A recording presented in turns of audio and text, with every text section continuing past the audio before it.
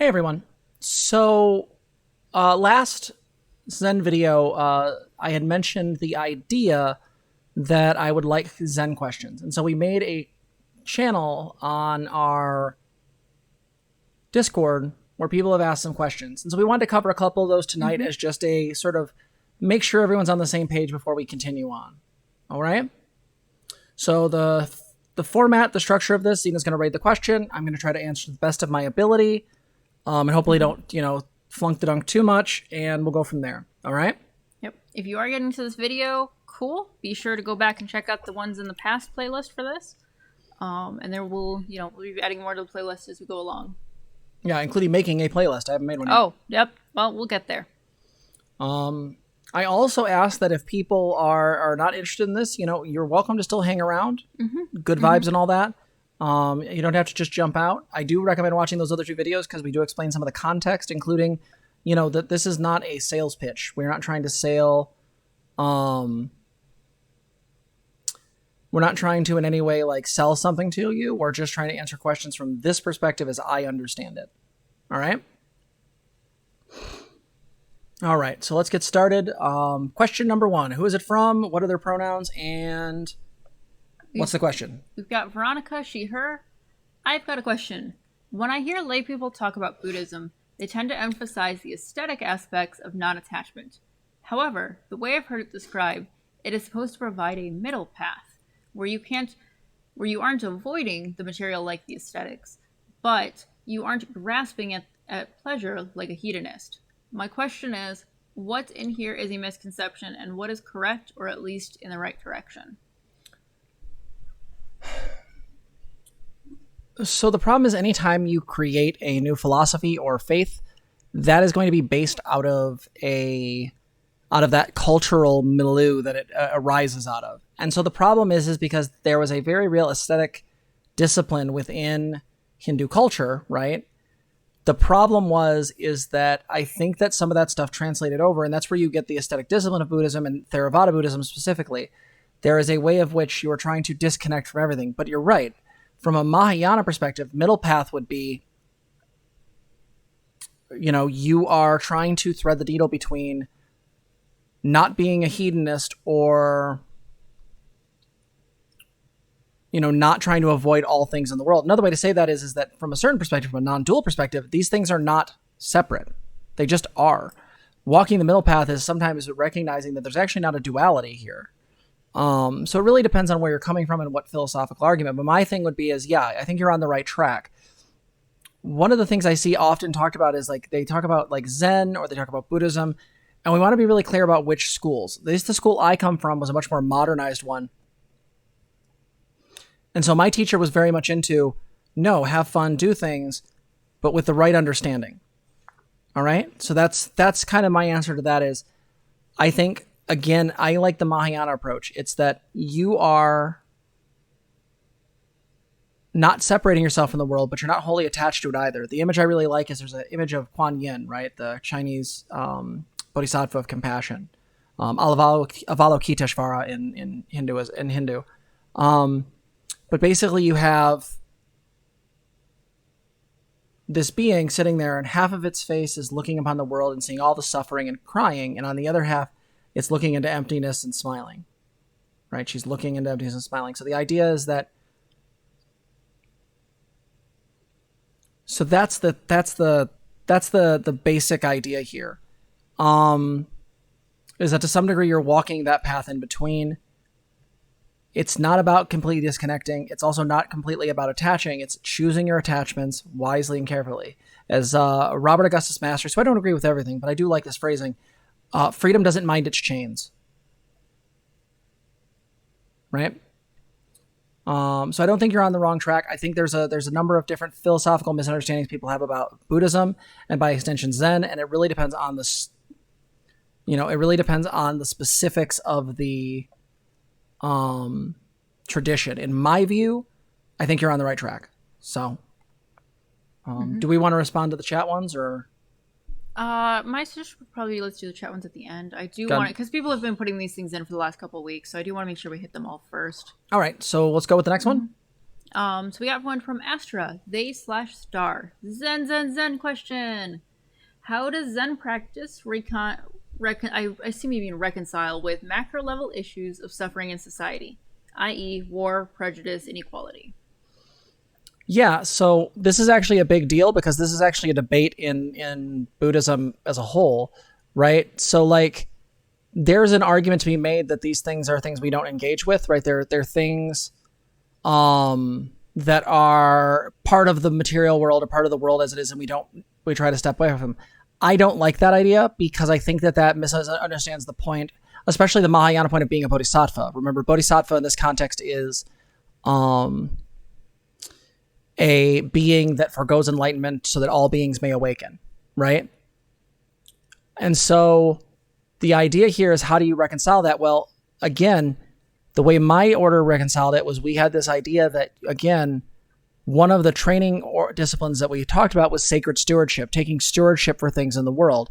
The traditional variation of this was sacred stewardship in the form of environmental issues. My teacher was hugely into environmental issues. He was also a troublemaker. So there was one time where he was at a Mankind Project event, and which is a thing for men kind of reclaiming their emotional states. And basically what he ended up doing was getting a pen set up, and these guys were talking about how they're warriors. They're, it's a performative thing to kind of bring them back to that emotional sort of warrior ideal that's like deeply rooted in sort of modernistic ideas of masculinity. It's as a stepping stone. It's not great as an endpoint.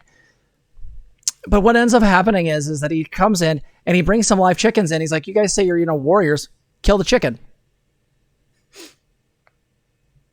You guys say you're big meat eaters and warriors and hunters, kill the chicken. And of course, all these guys got super butthurt and couldn't do it because there's a difference between conspicuous consumption of meat you pick up at the supermarket and the actual engaging in the act. And the way that we are sort of, his point was separated from this. You're calling yourself all these things, but you can't actually live up to that. And he found that to be a huge hypocrisy. So he fucked with them a little bit. I think that type of sacred stewardship can be attributed to anything. There's sacred stewardship of the trans community, sacred stewardship of dealing with inequality or war. I think that we as Zen practitioners should have a perspective on these things. War is bad. I don't think that's going to bother anyone here. But are there times when war is necessary? Sure. What are we going to say? That the Ukraine is wrong for defending itself? Excuse me, Ukraine. I keep saying the because it's a bad habit I picked up from my Ukrainian friends. Ukraine shouldn't defend itself. No. Ukraine should absolutely defend itself. That's nonsensical. So we absolutely should engage with that, understanding that these things create suffering in the world and trying to limit that and lower that, while also understanding that that's not the whole truth. That's not the whole answer to the situation. Again, it comes back to that picture, right? It comes back to that half in the world seeing suffering, half in the world looking into emptiness. With the right philosophical understanding, you can engage with these things and do so from a conscious perspective, not a reactive one. If you go back to the previous segments we did tonight, there's a lot of reactivity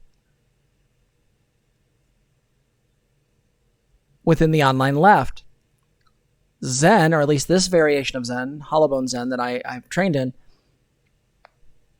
is there as an attempt to merge that Zen tradition with the modernistic ideals and bring forth this stuff so that it does answer these questions. Because Zen has been part of like social living for huge amounts of time. My understanding of this, and this might be just apocryphal, it might be my misunderstanding, but one of the things we talk about is like some of the kamikaze pilots in World War II were Zen priests. Like they were Rinzai priests. These guys were part of my order, theoretically. In the past, yeah. Right? And we can talk about through an integral perspective. What? Just you're pinching me for? Yeah, what? That's all. What? I thought you wanted me to. Oh. That's all. Oh, for what? Voice. Oh, thank you. Yeah.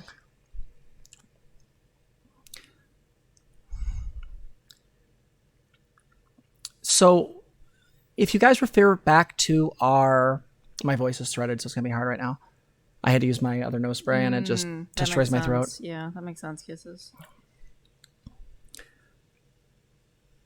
if you refer back to our integral theory videos, one of the things in those videos that we talked about was the intersection of developmental stages, structures, versus states of being, right? States of consciousness.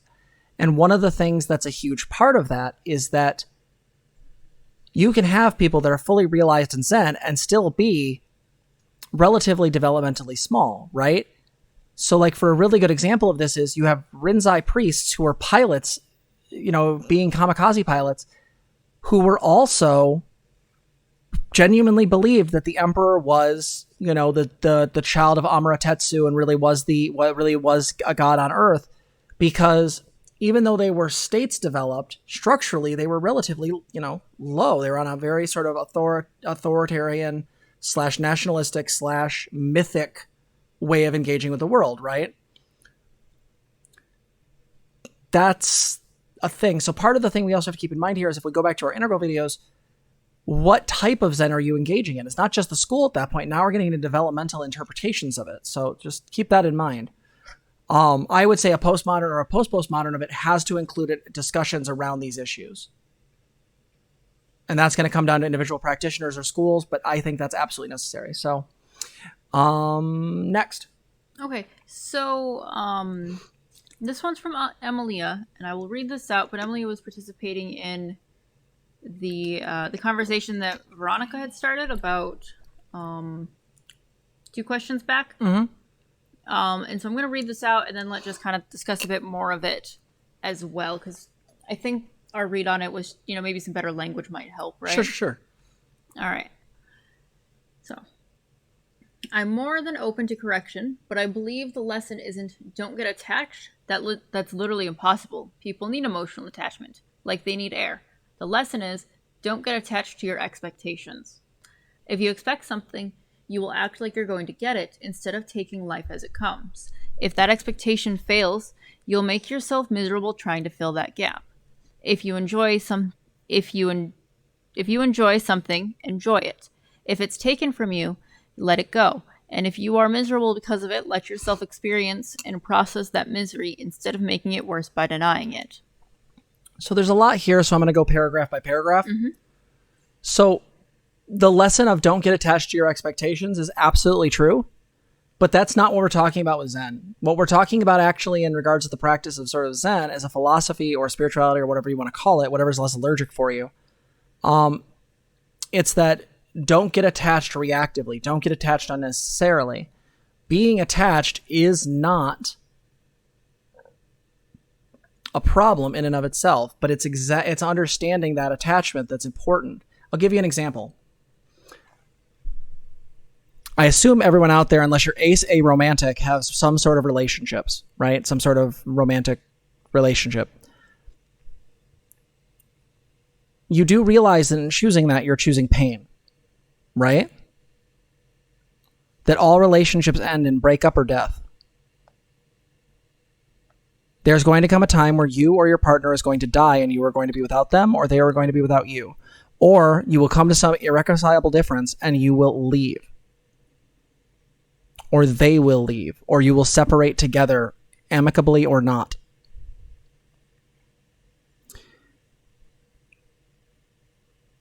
In our wording, pain and suffering are different. Pain is just part of life. By being in relationship, you are going to experience pain. There's going to be the heartache of seeing your partner in the hospital should they get hurt. I watched my wife die in the hospital over 5 days from a horse riding accident. Right? But understanding that and understanding that that pain is just simply part of life is the wisdom there. It's being one with. When the feelings come up of being hurt and scared and bothered, those are all fine. They're just feelings. There's no good or bad feeling. There's just feelings. Where suffering comes in is when we argue with reality or when we ignore things, right? The ignoring here is that when you go into a relationship and then you act in some way when that person's taken from you or things happen, that this is unfair, that you didn't ask for this, you never wanted this pain, but you did, you chose it. In Mark Manson's book, The Subtle Art of Not Giving a Fuck, he talks about no one ever chooses the pain. And one of the examples he's given, and I've talked about it on this channel, is that he wanted to be a rock star. He wanted to be on stage, playing guitar and then backstage fucking girls and just doing his whole thing. I think everyone who's ever, listened to rock music has had that fantasy. But here's the thing. Maybe not the fucking girls part. Maybe, I don't know, whatever. But here's the thing. He brings up a really good point, is that nobody chooses the pain. And One-Eyed Heathen, you're incorrect on that. Not all are bad. Mark Manson stuff is pretty good. So, moving on. He talks about choosing the pain in a way that's very Buddhist without ever using Buddhist language. That is, he wanted to be a rock star, get all the benefits of being a rock star without ever doing the things, without ever actually bringing up and dealing with the pain. He didn't want to travel in a van with a bunch of stinky guys driving across country. He didn't want to live on very tiny amounts of money for gigs that he did where people threw beer bottles at him. He didn't want to have to carry sound equipment upstairs that were clearly violations of safety standards. Because he didn't choose that pain, he's never going to be that. And so in a lot of ways, we choose our pain when we choose a partner, or when we choose to have kids, or we choose to do all these things. We're choosing these things because we understand the functional aspects of life as they exist. Pain is not to be avoided. When we avoid pain is when we get into trouble. It's also what can screw us over. When you're sitting in meditation, if your hip's hurting, or your arm is bothering you, or a mosquito lands on you, and you suddenly wiggle, suddenly your insight is gone. You're now distracted. You're no longer here.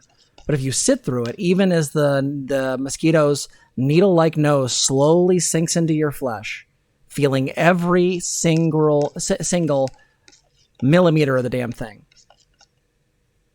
or you don't itch your nose, that is something you have to learn to sit with. And so you learn to sit. You learn to stay. Good dog.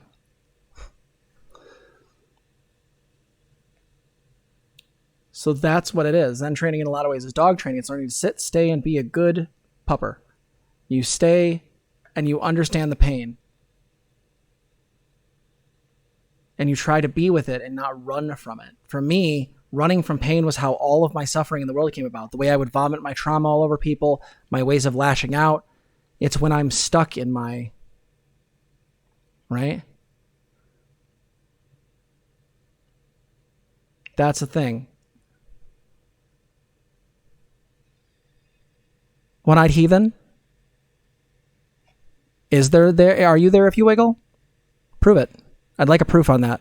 You can have it on my desk by next week.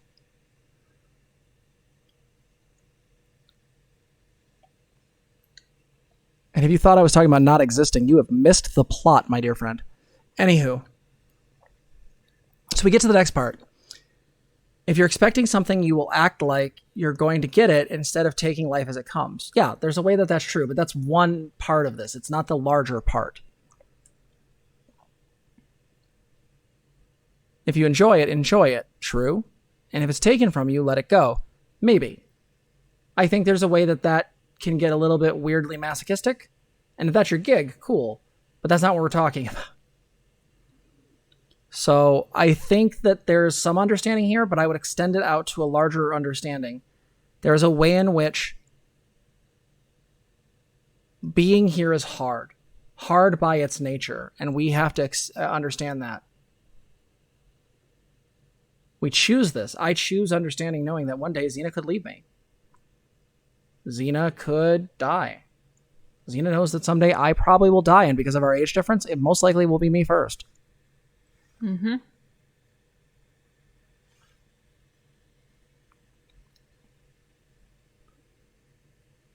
So that's kind of the thought there.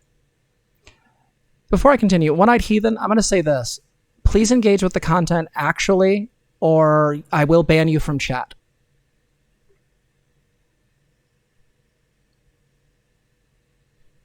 Your commentary isn't actually helping, and actually what it's doing is, I think, negatively impacting at least my concentration, and I would assume others. So I'm going to ask you to please engage in good faith. I would deeply appreciate that.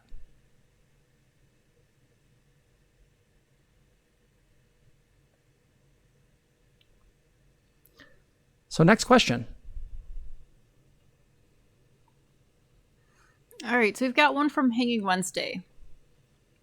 Legit question. Traditional perspectives on Zen have and can be used to invalidate people's valid experiences in this form of spiritual bypassing and injustices in the world by hiding behind fundamentalist and hypermasculine interpretations of Zen. Can you talk a little bit about how to engage with Zen while avoiding these pitfalls, and maybe how to engage with other practitioners who may try to invalidate a person's practice of Zen by leaning on fundamentalist viewpoints? Cheeky question. What did your face look like before your parents were born? Bastard. It's a good question.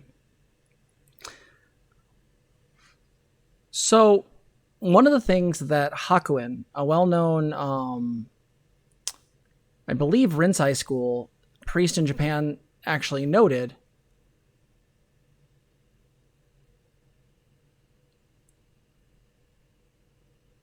is that he noted that there was this thing he saw in Zen, which was a problem. And what he called it, in his own tongue at the time, was essentially Zen disease. This idea that people would get so attached to emptiness, so attached to sort of the truth, that they would then create more suffering by that attachment, because what they would then do is they would engage in ways that were harmful.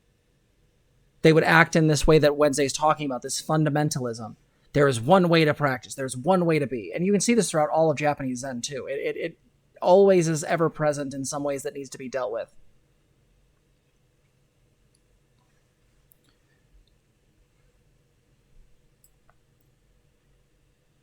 When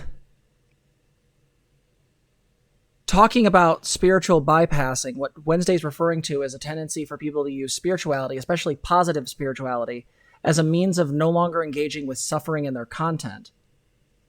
What that essentially means is, imagine using your spiritual faith as not just a way to buffer your psychology, but actually as a way to suppress it. Well, this terrible thing that happened to me really was just, it was just God's will. It was just the gods. It was just the universe. There's a way that spiritual bypassing can be a way by which people use spiritual jargon as a way to avoid dealing with the pain of being here.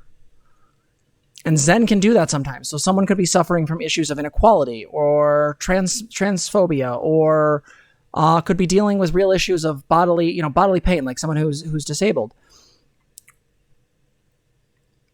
And yet,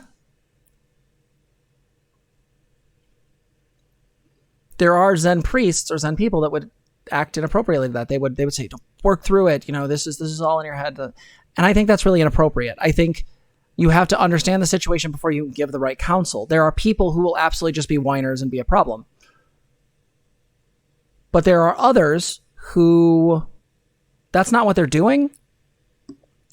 They're literally just saying what's going on with them. And there's a way that can get very invalidating. So yeah, how do you deal with that? I think, one, you move away from the hyper-masculine aspects of Zen, the whole push through pain, the body's not real shit. That shit needs to go out the window. The way my order did it was bringing in yoga and attempting to have more female members of the order who are able to speak up. After my master passed, they've been doing things where they've kind of lightened up a lot of the rules. They've been doing online sessions because they can't do in person.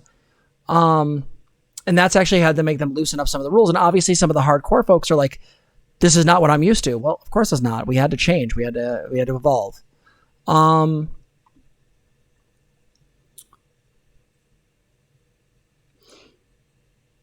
So I think it's possible to engage with Zen. And if you start noticing you get into black and white thinking, or you start to think the truth, you're actually missing the point. You're reattaching to a new thing. You've killed the spiritual experience. You've killed the experience of Zen and stuck it on the wall as a trophy. Because it's about being in the moment, each moment, as you are, as the world is, experiencing that.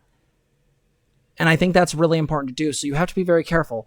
Just because you can see through a thing doesn't mean that you have the full perspective or that you can use that to invalidate someone. So I think it's really about each practitioner being careful. On the cheeky question...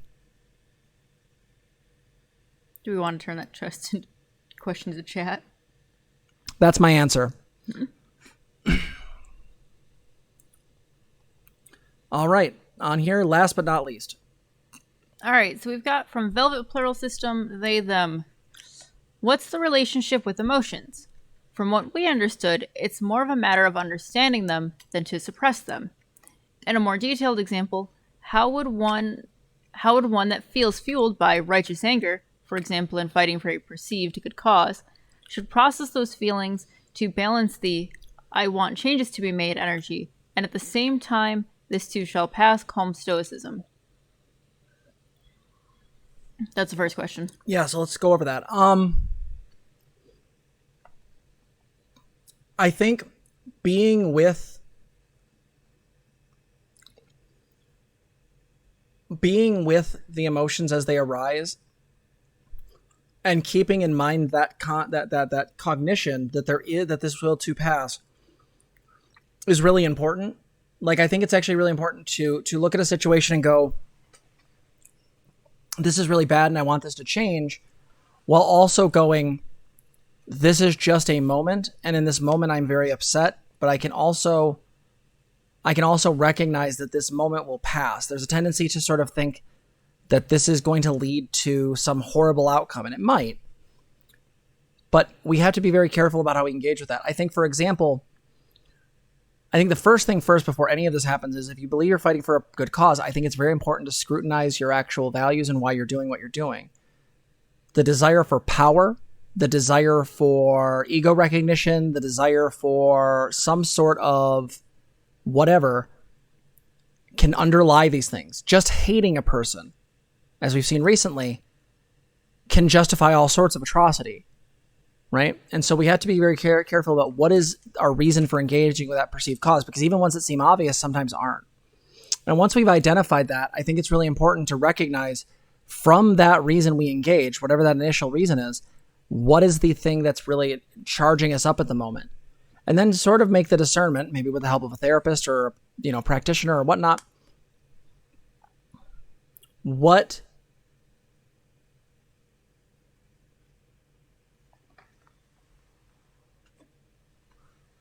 is the line between an appropriate feeling of very real anger, righteous anger, or when it turns into outrage, the addiction? Mm-hmm. Right? A good way to see this is when someone's just doing things to keep themselves mad. That'll happen sometimes in fights I have with Zena, where one of us will keep trying to poke at the other or bring things up. And we eventually realize that, no, we're actually trying to perpetuate the anger. Because if it starts going down, then we don't feel justified in being upset. Yeah.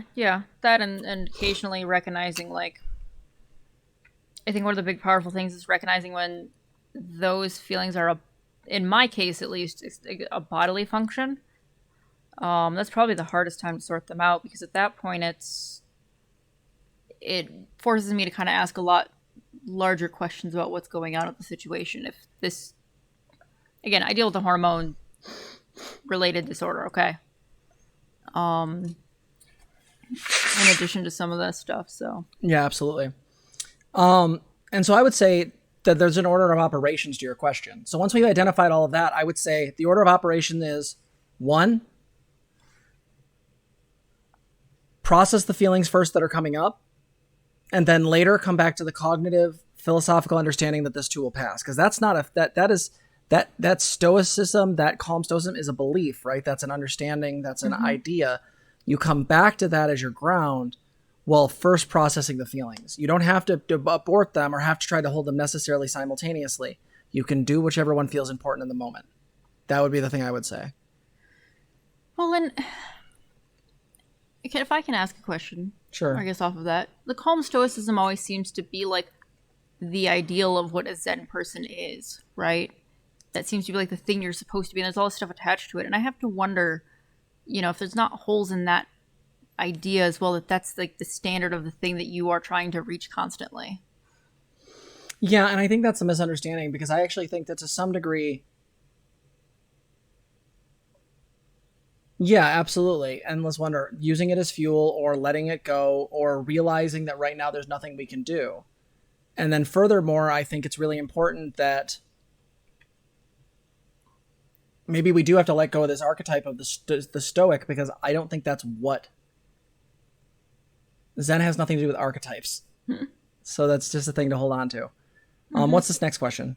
All right. So next question, also from Velvet Plural System, they, them pronouns. And another one. If that makes sense, what's the Zen attitude towards change? If I want change and say, let's say, in how I perceive myself, what's that I? In what circumstance is that I right, and in what others is just desires to... And in what others is just desires best not to be attached to? So I think the framing of that question's a little off for me in that, to some degree, there is an I, it's just not permanent. The thing you call a self is basically just sort of a series of perceptions that sort of construct the vague appearance of a sense of self. And so one of the things I would say is that if you want to change yourself, ideally, narratively, that you can just do that. Now, it's our attachment to the ways we think we are, the narratives that we've been handed by parents, society, etc., that we often have to work our way out of. And so that's the hard part is that it's changing that I and that rigidity of how we perceive the I. Not that there is or is not an I. The I just comes in and out of existence, flashes as normal. You do enough drugs, eventually the damn thing falls apart. Just comes back again. And it often comes back in the same construct because we're often attached to those same narratives and those same memories and those same things. So you have to sort of change whatever the underlying structures are to change the I. As far as like what's best not to get attached to, I think it's best to look for the things we beat ourselves up on, because often I think those are the ones we attach to that can cause harm. Like, yeah, it's probably not great that you lose your shit every 5 minutes, but if you're somebody who has really strong emotions, beating yourself up for that is not going to make that go away. In fact, it'll probably make it worse. Yeah. So I think in some ways that learning to be okay with yourself, I am a big fan of the idea of learning to be tolerant of yourself, not love yourself, because I think that's too high of a lofty goal for some people. I think sometimes it's just learning to tolerate you, and that can be a huge thing. So. Is it okay if I've got some thoughts? Yeah, please go ahead. Because you asked what they asked what in others is just desires, and what. Oh wait, or is that in the? Hold on a second. Did I misread that a second? And another question, if that makes sense. What's the Zen attitude towards change? If I want to change. In, let's say, in how I perceive myself, and what's that I, in what circumstances is I right, and in others, there are others in that question. Other circumstances. Yeah. Okay, there we go. I was, for a second, my brain thought. They're talking about others as in people. And I was like, wait a minute here. So reference, other places to go with this, I think, are the preferences video. I think that's got a piece here, okay? A puzzle piece. Yeah. The other one that comes up, actually, we were on that, long car ride recently, and started what Everything is Fucked, a book about hope by Mark Manson. And he breaks down some of this stuff with the thinking and feeling brain. And I don't feel quite solid yet to get into all of the way that he describes it, but I do think that book is definitely worth checking out. Again, that's Mark Manson's Everything is Fucked, a book about hope. Okay? And I think that he's going to break down these different concepts really well and kind of give some good tools on how to work through them. So, yeah. Also, his other book, Subtle Art of Not Giving a Fuck, is also pretty great. I've read that one like twice now. So, so I'm looking for that last question that was on here. Yeah. Maybe it's further up.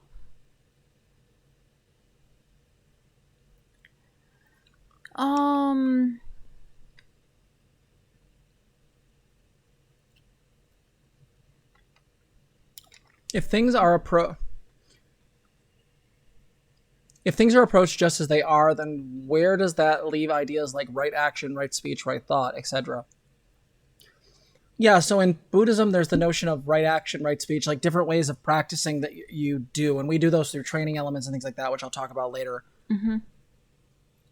So despite the fact that I do think one idea was engaging in bad faith, I want to answer that question because I think that wasn't a good faith question, or was a good faith question. Excuse me, I've got a lozenge in my mouth because my throat's terrible right now.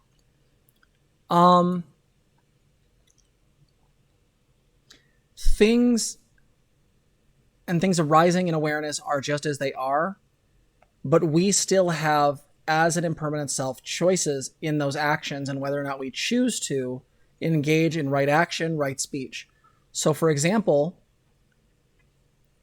we've talked about in this channel before skillful means. There are ways in which I can engage in a situation that are helpful and harmful, right? So for example, earlier when we were getting ready for stream, I was getting a little bit anxious because Zena was kind of moving slowly. They were dealing with the beginnings of a migraine, and I was getting antsy about stream. I kind of tried to talk to him a couple times. I noticed I was getting antsy. I stepped away. And before I kind of did it a third time, I stopped and went, okay, this interaction will not go well. This is not really helpful. And I stopped myself and then kind of decided to change my trajectory, which is focus on the things I need to get done so that when those are done, if I need to help them, I can. That's an example of sort of choosing your interaction. To me, that is a right action, because at that point, Zena was able to kind of get the anxiety stuff and the stuff around the migraine under control, and we were able to stream, as you noticed, for being here with no problem. Yeah, notice taking a pause from the reacting, right? The emotion, the want to come up and react versus, wait a minute, now I'm actually going to pull back a second and actually make an educated, choice here about how I respond outwardly, right? Mm-hmm. I like you. That was really helpful. Thanks, love. Yeah, no worries. But yeah, that's what I would say is that, so to me, right action, right speech, right thought is always about skillful means. What's the most effective way to think about this? What is the most effective way to engage with this? Mm-hmm. That stuff I think is really important, because it becomes an issue of what is going to be the most effective thing in the circumstances, not only to get their needs met, but my needs met. Right? You have another question? We do. All right. Real quick, let me get their pronouns. Stokes. Oh, I haven't been reading pronouns. Those people didn't in the name directly, okay. But Stokes' theorem? Theorem. Theorem. Okay, there we go. He, him. All right. Stokes' theorem, he, him. All right. How would Zen deal with hate towards abusive parents and self-hate derived of that?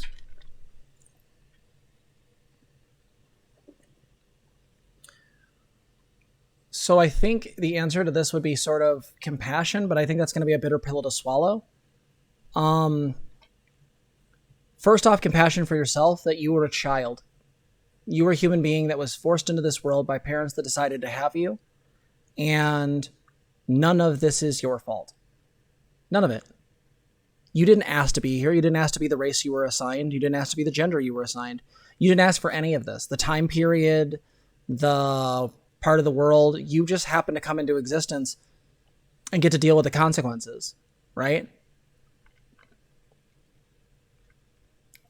So first is self-compassion and recognizing that none of this is your fault. Your parents' behaviors towards you don't reflect on you. They didn't mistreat you because there was something wrong with you and they were trying to correct that action. They mistreated you because they were misinformed individuals who acted on reaction rather than compassion.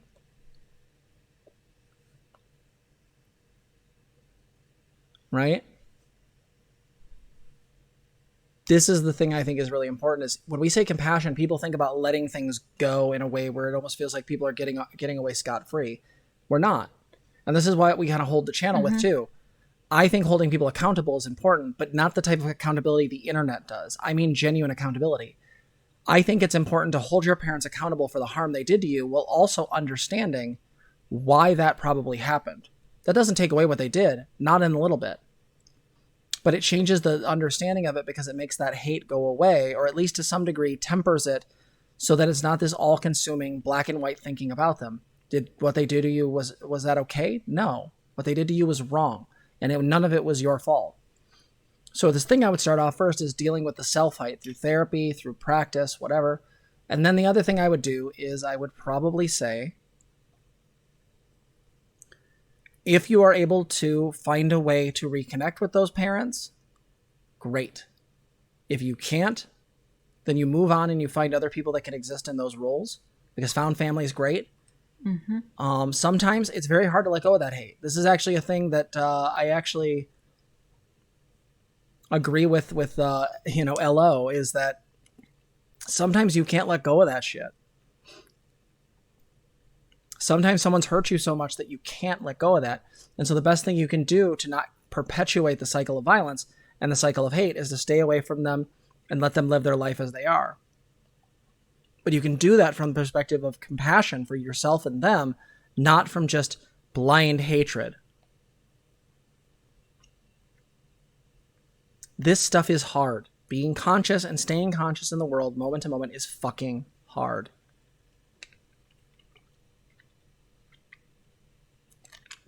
Does that make sense, everybody? Does that track? So yeah. I think that's all our questions. We'll do another Q&A after the next couple sections of Zen. I do appreciate you reading things. Thanks, Kisses. Yeah, you're welcome. I guess this one kind of hits me too, if that's okay. These are kind of my thoughts, if I can. Yeah, go ahead. I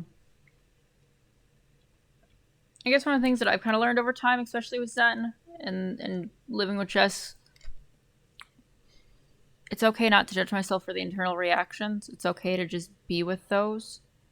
And I think we talk about, using meditation practice and other ways to kind of be able to learn a skill set where you can slow down and identify the stuff that's going on in you.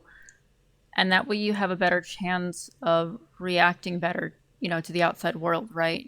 That's how you can figure out whatever that, right action is being able to slow down. Yeah. Mm-hmm. And so I think as much as possible, that really does apply here, right? You don't have to judge yourself for the internal stuff. Like it's okay. It's rough. I've been through shit with my family too. But slowing down enough to start making better choices about what actions and what way you want to engage and being really intentional about that. That's how I think of this. Yeah. And I think that's perfect. Stokes Theorem, you're totally welcome. Yeah. So with that said, I'm going to leave this here. We'll do another Q&A after we do some more sections of this. My recommendation, you don't have to do this, but my recommendation is to go back and watch those videos. And I'll probably try to make a playlist of things that I think could be helpful. If you think that would be cool, let me know in the content suggestions or, talk to the mods. And with that said, again, I'd love to thank my lovely co-host who was willing to read questions. And you're welcome. Yeah. Again, this stuff's really important to me too. It's definitely just his expertise, but something that's been really meaningful in my life as well. Yeah. So with that said, we love you guys, and we'll see you in the next one. If you like this video, please like, comment, and subscribe. Also, consider donating to us. You can support us on our website, transgirltherapist.org. You can also help us on our Patreon, link below, or you can become a member here on YouTube. Thank you so much for watching.